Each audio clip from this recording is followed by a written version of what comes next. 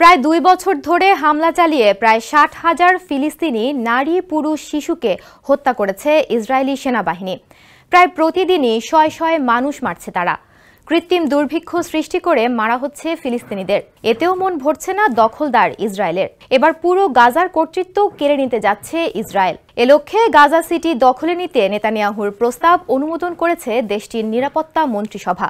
বিভিন্ন সংবাদ মাধ্যম এ খবর জানিয়েছে, যদিও তাৎক্ষণিকভাবে বিষয়টি প্রকাশ্যে নিশ্চিত করেনি নেতানিয়াহু প্রশাসন। শুক্রবার সর্বপ্রথম এ খবর নিশ্চিত করে মার্কিন সংবাদ মাধ্যম এক্সিওস। বিশ্লেষকরা বলছেন, ইসরায়েলের এই উদ্যোগ হবে যুদ্ধবিধ্বস্ত ফিলিস্তিনি ভূখণ্ডে বড় ধরনের উত্তেজনা ও নাশকতার কারণ।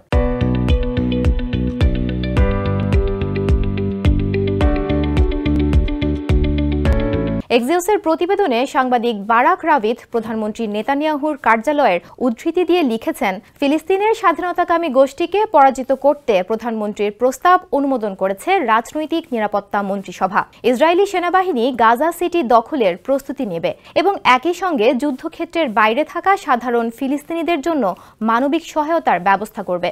নাম প্রকাশে অনিচ্ছুক এক জ্যেষ্ঠ ইসরায়েলি কর্মকর্তার বরাত দিয়ে রাবিদ আরও জানিয়েছেন, ইসরায়েলের লক্ষ্য আগামী ৭ অক্টোবরের মধ্যে গাজা সিটির সব ফিলিস্তিনের সাধারণ মানুষকে কেন্দ্রীয় শরণার্থী শিবির ও অন্যান্য এলাকায় সরিয়ে নেয়া। সাংবাদিক রাবিদ সামাজিক যোগাযোগ মাধ্যম এক্সে লিখেছেন, গাজা সিটিতে থেকে যাওয়া ফিলিস্তিনের স্বাধীনতাকামী যোদ্ধাদের ওপর অবরোধ চাপানো হবে এবং একই সময়ে সেখানে স্থল অভিযান চালানো হবে।